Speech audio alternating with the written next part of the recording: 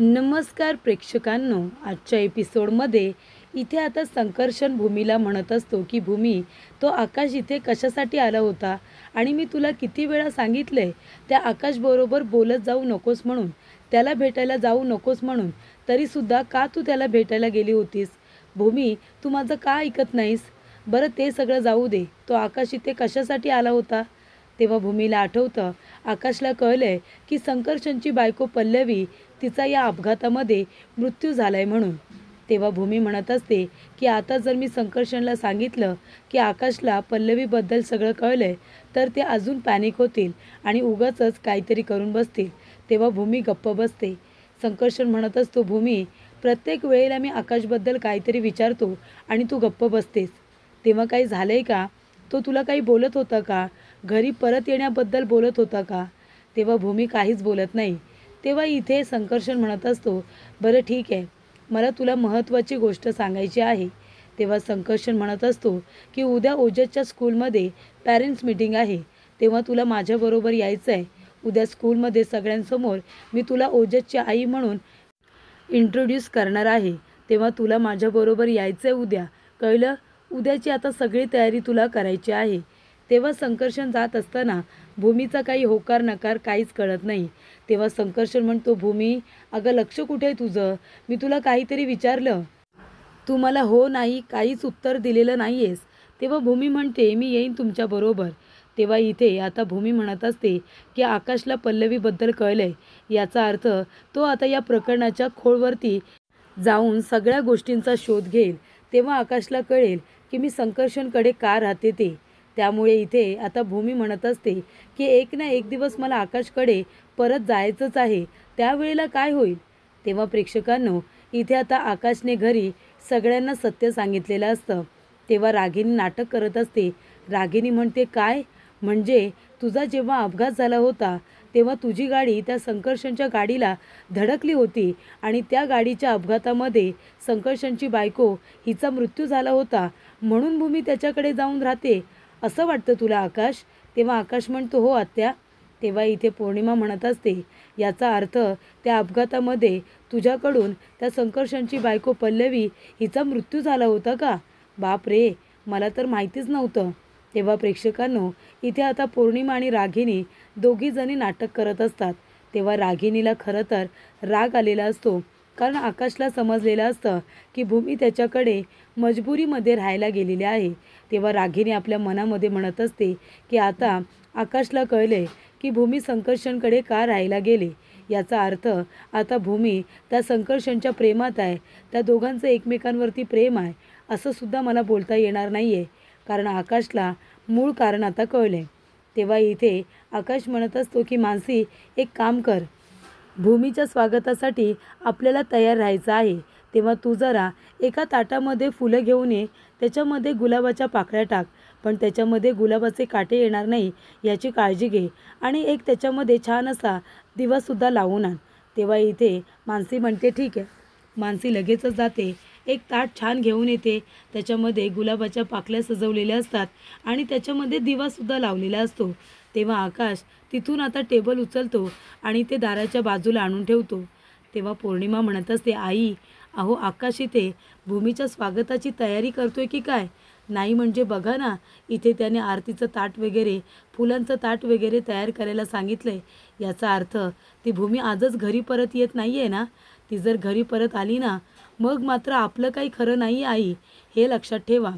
तेव्हा प्रेक्षकांनो, मानसीने जे ताट आणलेलं असतं सजवून, ते ताट इथे आकाशने आता त्या टेबलवरती ठेवलेलं असतं आणि इथे रागिनी विचारते, आकाश, अरे हे सगळं काय आहे? कुणाच्या स्वागताची तयारी करतोयस? तेव्हा पौर्णिमा म्हणत असते, आकाश, भूमीताई आजच येणार आहे का घरी परत? म्हणजे ती आत्ताच येणार आहे का? तेव्हा आकाश म्हणतो, ती आज येणार आहे की कधी मला माहिती नाही आहे, पण भूमी एक ना एक दिवस घरी मात्र नक्की येणार आणि ते सुद्धा लवकरच येणार, कारण मला माहिती आहे, आता मला कळलं की भूमी त्या संकर्षणकडे जाऊन का राहते. नक्कीच त्या संकर्षणने भूमीला ब्लॅकमेल केलं असेल. त्याच्या बायकोचा त्या अपघातामध्ये मृत्यू झाला ना, तो कदाचित माझ्या भूमीकडून या सगळ्याचा बदला घेत असेल. तेव्हा माझ्या भूमीला या सगळ्या प्रकरणातून मी बाहेर काढणारच आणि ती लवकरच आपल्या घरी परतसुद्धा येणार. तेव्हा मानसी, तुला एक काम करायचं आहे, रोज इथे असं फुलांनी भरलेलं ताट आता सजवून ठेवायचं आहे आणि त्याच्यामध्ये एक दिवा लावून ठेवायचा आहे. ज्या क्षणी इथे भूमी येईल तेव्हा तिचं स्वागत छान पद्धतीने झालं पाहिजे असं आकाश म्हणतो. तेव्हा प्रेक्षकांनो रागिनी म्हणत असते की बाप रे, म्हणजे चला भूमी त्या संकर्षणकडे का जाऊन राहिले हे तरी आपल्याला निदान कळले. त्यानंतर रागिनी म्हणत असते की आकाश, गोखले गुरुजींचा फोन आला होता. म्हणजे गोखले गुरुजींची अशी इच्छा आहे की ते ज्या मंदिरामध्ये इथे आता गुरुजी आहेत ना, त्या मंदिराचा इथे सुवर्ण महोत्सवसुद्धा आहे. तेव्हा त्या ठिकाणी खूप मोठा कार्यक्रम साजरा होणार आहे. तर इथे कृष्ण जन्माष्टमी आपण जाऊन त्या मंदिरामध्ये साजरी करायची असं गुरुजींचं म्हणणं आहे. तेव्हा आपण त्या ठिकाणी जाऊया असं मी गुरुजींना सांगितले की आम्ही येणारसुद्धा आहोत. तेव्हा आकाश म्हणतो की हो, आपण नक्की जाऊया. भूमीसुद्धा माझ्याबरोबर असती तर जास्त बरं झालं असतं. तेव्हा इथे आकाश म्हणत असतो की भूमी जेव्हा इथे आली होती तेव्हा शिवामूठसुद्धा पहिली तिनेच वाहिली होती ना इथे आता शिवलिंगाला. तेव्हा प्रेक्षकांनो इथे महादेवांच्या मूर्तीवरती नाही म्हणत असतानासुद्धा शिवामूठ भूमीच्याच हाताने वाहिली गेली होती. त्यामुळे प्रेक्षकांनो इथे मानसी म्हणत असते की माझी खूप इच्छा होती ताई जर उद्या मंदिरामध्ये आली असती, कारण आपल्या क्षितिजाची सुद्धा ही पहिली गोकुळाष्टमी आहे ना, तेव्हा तुम्ही ताई आणि क्षितिजा तिघांनी एकत्र पूजा केली असती तर जास्त बरं झालं असतं. तेव्हा आकाश म्हणतो की इच्छासुद्धा माझी तीच आहे. तेव्हा आकाशने गायकवाड सरांना फोन केलेला असतो आणि तो आता या सगळ्या केसच्या मुळाशी जाण्याचा प्रयत्न करत असतो. तेव्हा रागिनी आपल्या मनामध्ये म्हणत असते की आकाशला आता कळलं आहे की या अपघाताबद्दल, तेव्हा तो या अपघाताच्या मुळाशी जाण्याचा नक्कीच प्रयत्न करेल. तेव्हा इथे आता संकर्षण आणि भूमी दोघेजणं पेरेंट्स मीटिंगसाठी ओजसच्या शाळेमध्ये आलेले असतात. तेव्हा संकर्षणला फोन येतो आणि तो बाजूला फोनवरती बोलत असतो. तेव्हा भूमी आपल्या मनामध्ये म्हणत असते की संकर्षण घरामध्ये आणि ओजसमध्ये मला जरा जास्त गुंतवून ठेवत आहेत. म्हणजे मला असं वाटलं होतं की त्यांचा राग शांत झाल्यावरती गोष्टी सगळ्या व्यवस्थित होतील, पण इथे आता संकर्षण यांचा राग काही शांत होत नाही आहे आणि गोष्टी काही सुरळीत होतच नाही. म्हणजे आता आकाशला तर सत्य समजलं आहे. जेव्हा या गोष्टी सगळ्या समोर येतील तेव्हा मला माझ्या घरी तर जावंच लागणार आहे ना, आकाशकडे मला परत जावं लागणारच आहे.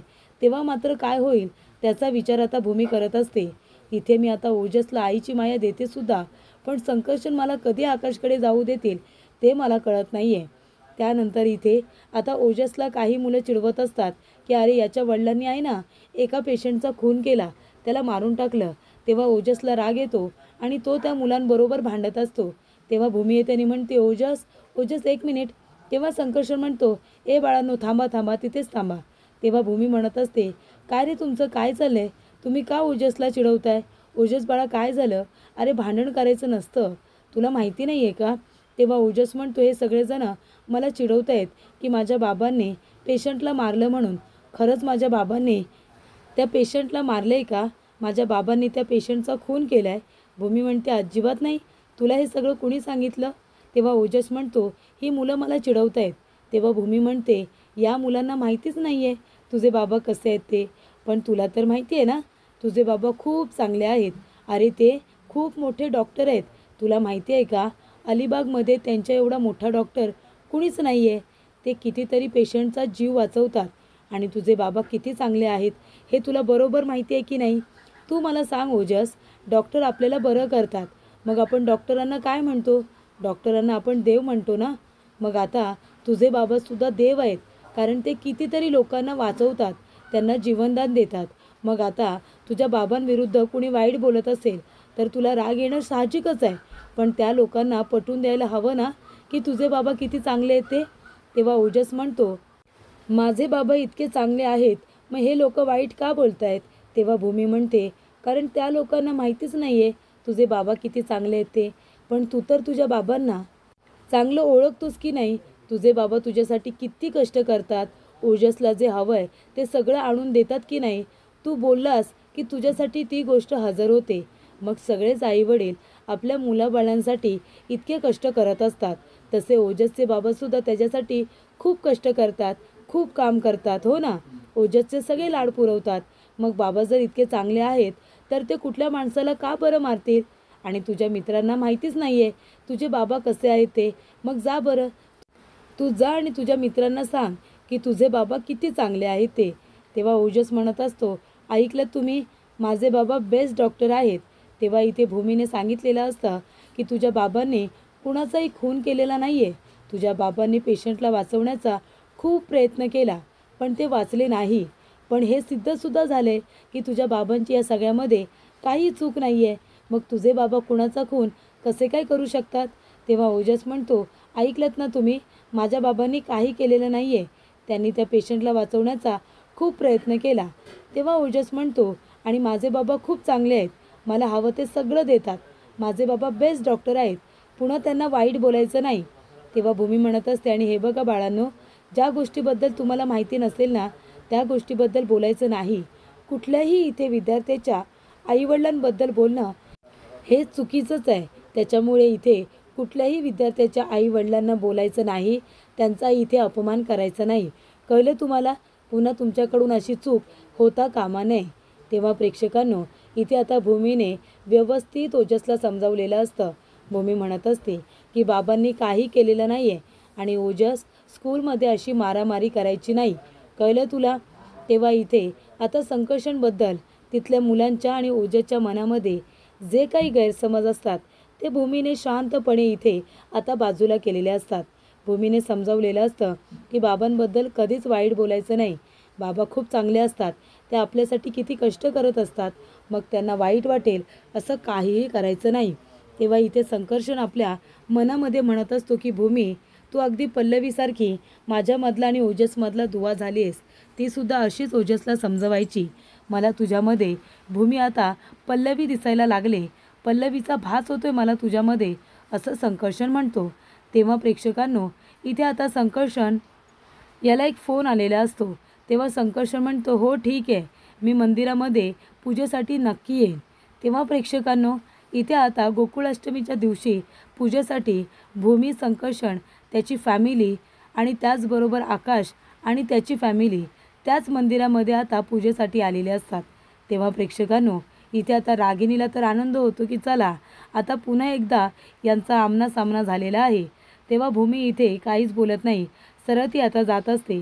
तेव्हा प्रेक्षकांनो, संकर्षण आपल्या मनामध्ये म्हणत असतो की अरे देवा, या आकाशला बघितल्यानंतर या पुन्हा काहीतरी भूमीला बोलतील, यांना पुढे जायला सांगायला हवं.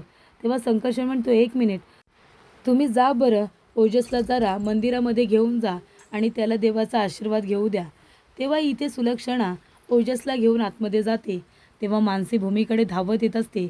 मानसी म्हणत असते, ताई, तुला बघून खरंच मला खूप आनंद झाला. ती आता मानसी पुढे जाणार तेवढ्यातच आकाश तिला हात करतो आणि तिथल्या तिथे तिला थांबायला सांगतो.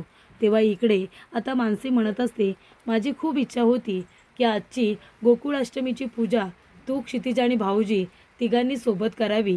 तेव्हा इकडे आता संकर्षण म्हणत असतो, मला जर माहिती असतं ना की तुम्ही लोकंसुद्धा इथे येणार आहात, तर या मंदिरामध्ये मी कधीच आलो नसतो, मी दुसऱ्या मंदिरामध्ये गेलो असतो.